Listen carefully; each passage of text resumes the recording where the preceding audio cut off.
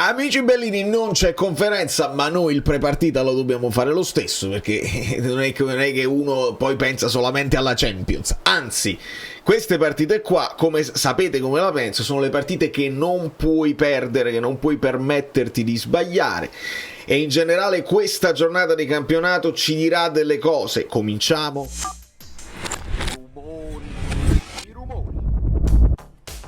Cominciamo. Io poi volevo dirvi che, vedi, Black Box Corner io l'ho già benvenutato. Quelli che si iscrivono al canale, io per salutarli devono avere le loro impostazioni privacy pubbliche, altrimenti il loro nome non mi esce. Lo so che, per esempio, ieri mentre suonavo "You guys are great, we are from Italy", dito io sono di Napoli, "Forza Napoli", sembrano urlato, quindi i napoletani sono dappertutto come sempre. Voi iscrivetevi al canale e lasciate il like senza indugio per una partita che diventerà interessante sicuramente per molti motivi, oltre al motivo insomma di classifica che sappiamo che è sempre importante, anche per capire le scelte. E secondo me le scelte che farà Conte non ci faranno capire lui come la pensa in generale, perché c'è un'altra situazione particolare, che arriviamo verso una sosta.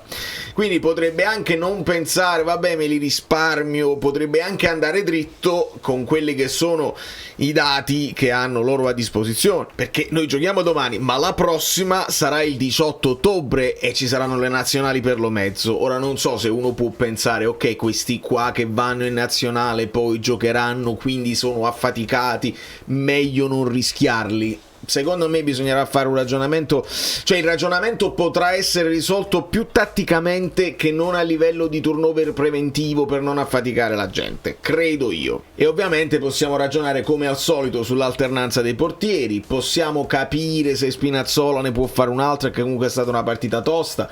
Qui ovviamente ci ritorna Di Lorenzo, poi c'è da capire chi si prende la fascia sinistra, se puoi. C'era una domanda di Angelo, io la conferenza la facciamo insieme, se io attacco il cavetto e mi sposto, vedi? Vedete? Io voglio salutarvi tutti i nuovi iscritti. Io lo so che ieri si sono iscritti dal locale, però non mi è uscito il nuovo nome perché tiene la privacy, giustamente. Comunque siete i benvenuti. A volte io riesco a leggere i vostri commenti e vi saluto nel commento quando capita, però è tutto un po' molto random. Insomma, su questo mio short sono arrivate un paio di domande. Angela mi chiede, o chiede al mister se potrebbe giocare Olivera, che è più difensivo, al posto di Spina o di Gutierrez, per avere protezione dietro, perché loro hanno un calciatore che fa cross molto pericolosi.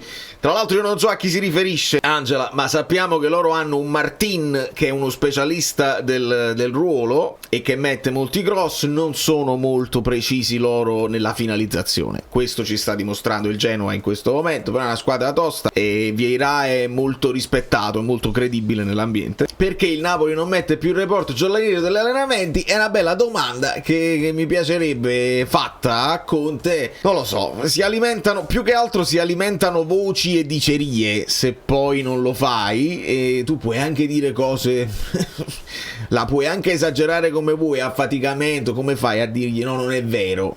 Quindi sarebbe bene, io l'ho notato e mi stanno arrivando molti spunti al riguardo, insomma una stampa che sembra, anche una stampa che dovrebbe essere amica, sembra sempre cercare delle cose per criticare, per mettere zizzani e per destabilizzare. Io veramente non capisco il perché, o meglio lo capisco se poi di base c'è il bisogno di fare sensazionalismo, e fai sensazionalismo quando dici cose forti che siano più o meno vere, oppure di base uno che magari prima collaborava col Napoli e poi non ci ha collaborato più, si crea quella cosa, quella sorta di astio, dice ah sì, e allora ti metto i bastoni tra le ruote. Penso che questo sia abbastanza facile da capire. Signor Conte, dopo la bella vittoria in Champions, cercata, voluta e trovata contro questo Genoa che ha solo 2 punti, vero, ma 2 pareggi contro Como e Juve, no, con la Juve ha perso, l'altro pareggio è arrivato alla prima, lo 0-0 nella prima giornata. Pensa di adattare uno schema nuovo, magari facendo riposare qualche titolarissimo tipo Anghissà per esempio, che sembra un pochino stanco, ripeto sembra, io non lo so. Secondo me ci sta tutta l'idea di mettere un Elmas dentro. Dove lo vuoi mettere, perché puoi pensare di far riposare un McTominay. Armiamoci, perché ci sarà da combattere.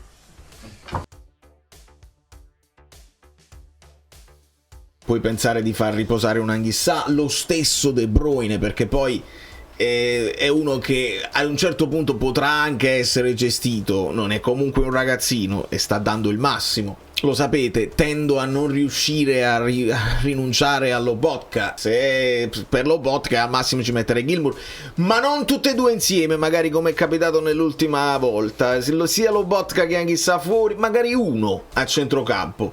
E se utilizzi un Elmas per esempio al posto di un McTominay, può essere anche un 4-3-3 un po' più mascherato, perché Elmas la può fare l'esterno sinistro. Non dico un Neres, non dico un Lang, che comunque possono essere utilizzati lì, che ti cambiano la faccia della squadra. Con un Elmas tu puoi mischiare un po' le carte, ti può fare sia il lavoro di McTominay, sia ti può fare l'esterno più puro e quindi garantirti quell'ampiezza. Penso che si possa confermare Højlund qui a sinistra.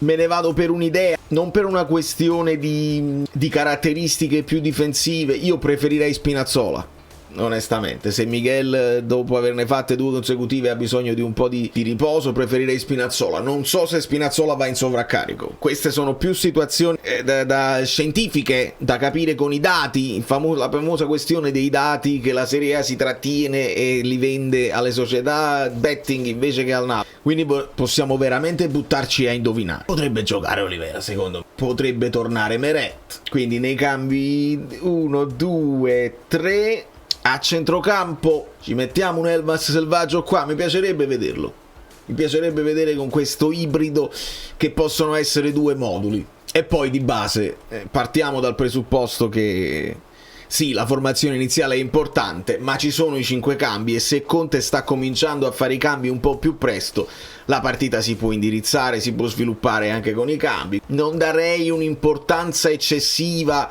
a quello che è l'11 iniziale. L'importante è l'approccio, l'importante è non sottovalutare l'avversario e fare il proprio dovere, perché come vedete dalle altre partite le classifiche si cominciano a muovere, succede veramente di tutto a Roma, rigore finale al 113, quando è? Cioè, il 103esimo, che sarà una partita, la Lazio sta dimostrando quello che purtroppo si poteva preventivare, cioè discontinuità, visto che non c'è serenità in società, tu le capacità di fare il risultato ce l'hai perché i giocatori ce l'hai, però una volta va bene, una volta no, se ti disunisci puoi perdere contro chiunque. Fanno una grande partita contro il Genoa e qua prendono 3 gol dal Torino, che è un'altra squadra disastrata. Non riesco a non sottolineare che Simeone ne fa un altro, e questo discorso mi piace anche estenderlo, nel senso che certi giocatori, se poi noi ci aspettiamo sempre che per esempio un Lang in 10 minuti entri sempre alla grande e sia anche decisivo, è difficile quando hai poco minutaggio. Un Simeone sta dimostrando ancora una volta che quando gioca titolare la palla la butta dentro, e quindi serve anche la fiducia dell'ambiente, dei compagni, dell'allenatore. Simeone con continuità è un signore attaccante, e questa era quasi una partita perché la Lazio non poteva perderne un'altra, e lo stesso il Torino, si parla già di un possibile avvicendamento in panchina con Baroni in bilico. E insomma questa partita prolunga il supplizio, penso, per i tifosi del Torino, e la Lazio continuerà secondo me in questa discontinuità, una la perde, una la vince, magari un'altra la pareggia, poi ripete il ciclo, credo. Il Lecce batte il Parma, buono per chi ha schierato Falcone in almeno uno dei fantacalci, perché negli altri fantacalci tengo Suzuki, quindi non vale, e l'Inter è già 2-0 contro la Cremonese degli invincibili che non perdevano mai.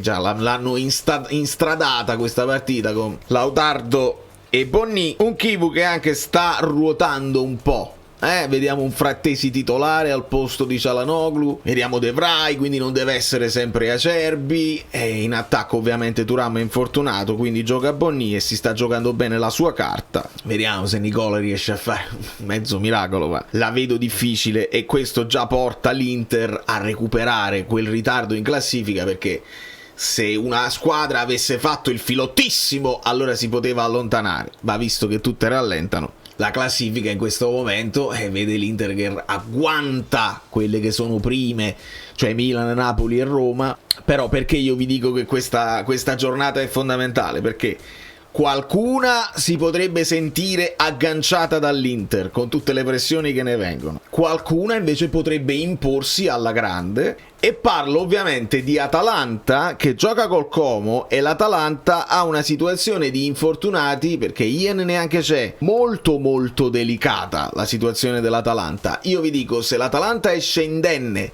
da questa partita contro il Como, che sappiamo sempre temibile, per me diventano un po' più credibili, e la questione Juric forse l'abbiamo liquidata un po' troppo in fretta. Vediamo, perché sono in grandissima emergenza. Forse Ian recupera, addirittura si parlava di Zappacosta da adattare in difesa, ma nel frattempo hanno perso Zaleschi, hanno perso l'altro esterno che era Bellanova, vedete, Scamacca i soliti problemi, con la Sinax lungo De Gente, Scalvini, De Catelare, Cossonu, quindi hanno molte defezioni, compreso De Ron. Quindi Pasalic si deve adattare a centrocampo, Lookman sta in fase probabilmente di recupero anche con l'ambiente, quindi questa è una partita delicatissima che, se l'Atalanta porta in porto, per me guadagna più serietà. Dobbiamo essere un po' più attenti all'Atalanta e non escluderla dalla lotta per le prime 4. Poi ovviamente quest'altro scontro diventa importantissimo per entrambe, perché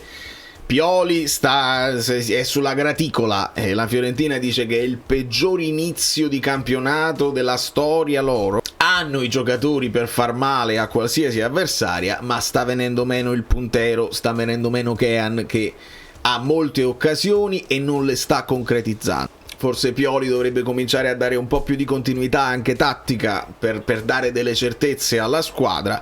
È una Roma che viene da quei 3 rigori sbagliati, insomma 3 rigori in uno, tutti sbagliati, nonostante il portiere, poi l'hai dovuti ripetere perché se il portiere è fuori non darebbe nemmeno considerato un rigore sbagliato, ma alla fine risulta così. Però è una Roma che fa paradossalmente con Gasperini, invece di essere esplosiva in attacco e concedere qualcosa, sono molto abbottonati, molto solidi in difesa e non hanno grandi soluzioni in attacco. Quindi questa è un'altra partita spartiacque per entrambe, dove si possono confermare delle difficoltà o ci si può sbloccare e dare una svolta all'inizio della stagione. E poi c'è questa qua, e questa qua in una Juventus che, se andate a vedere poi più o meno i risultati di Thiago Motta, non perde mai, la pareggita eccetera eccetera, sta più o meno succedendo la stessa cosa, però con uno stare in campo molto diverso. Quella di Thiago Motta era molto abbottonata, molto sicura in difesa, però non creavano tantissime. Questa qua invece in attacco sembrano esplosivi, però poi staccano la spina e sono capaci di prendere gol da chiunque. Il contrario, il Milan invece è una squadra molto accorta, che lavora sull'avversario, lo abbiamo visto bene, sono in grandissima fiducia, quindi il Milan arriva, però va in casa loro, con l'entusiasmo, e qua si potrà capire molto. Si potrà capire molto di quello che sono le aspettative, le velleità di queste due squadre. Chi delle due vuole puntare seriamente può puntare seriamente allo scudetto. Se vuoi dare una risposta al campionato, devi battere la tua avversaria. Il Milan già l'ha fatto con noi, quindi uno statement già l'ha fatto, però se lo dovesse fare anche con la Juventus non ti puoi più nascondere, caro Allegri. Lo so che continuerai a farlo, però devi accettare che poi non hai le coppe e quindi devi fare d'Italia. Sembra quasi che sei poco. Allora, il meglio possibile il campionato. Ovviamente sono sempre entrambe candidate ad arrivare tra le prime 4, insieme all'Inter, insieme al Napoli, e poi ci sono quelle outsider, se vogliamo chiamare, che però sono vicine come valori, come la Roma, come l'Atalanta, e poi qualcuna che si può inserire. La Lazio, la Fiorentina, il Como, il Bologna stanno dimostrando un pochino più di discontinuità, e quindi bisognerebbe aspettare un pochino prima di dare delle risposte definitive. Il Genoa ha una difesa da fantacalcio, cioè sono tutti giocatori interessanti. Norton Caffey a me piace moltissimo, giovane, fisico, Ara, quella fascia, una continuazione, forse non grandissima tecnica, un po' acerbo, però è un giocatore di sostanza che lavora.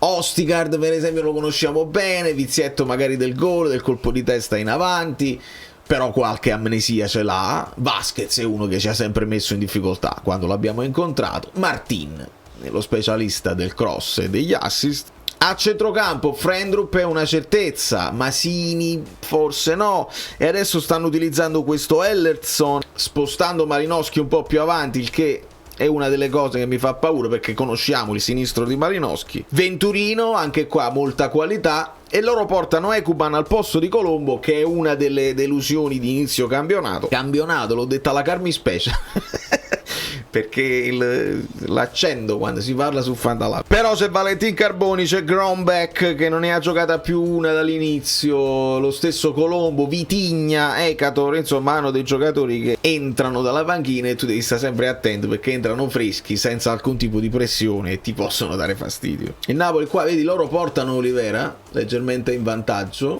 idem sul fantacalcio, quindi mi trovo, aspettiamoci un partitone comunque da parte di Leali, e se Leali è il migliore in campo vuol dire che il Napoli si è comportato bene. Poi lo devi bucare, non devi permettere che faccia i miracoli, la porta stregata eccetera eccetera, lo dovrai bucare. E io vado sull'account Fluidzot a vedere come andrà a finire, perché voi sapete che oramai c'ho uno storico alle spalle di risultati indovinati al millimetro, a volte anche il marcatore e l'assist man, ma il risultato esatto sta uscendo pericolosamente. Il 3-2 col Pisa, il 2-1 con lo Sporting, e ci sono altri esempi. Quindi se volete vivere la partita due volte, una in anticipo e poi dopo le altre con la reaction, con la live e con l'analisi, sapete dove trovarmi. Da New York, Valerio Fluido è tutto, vi abbraccio e vi bacio. Non mi fa impazzire che non facciamo la telecronaca, sappiatelo, la telecronaca no, la conferenza. Se poi le domande sono sempre quelle poco interessanti, no, io preferisco, anche se le domande non sono interessanti, io voglio vedere il mister come sta. Che sensazione mi dà, così lui può lanciare dei messaggi anche positivi come nell'ultima conferenza, quindi mi piacerebbe che non fosse un'abitudine. Da New York l'ho detto, ciao.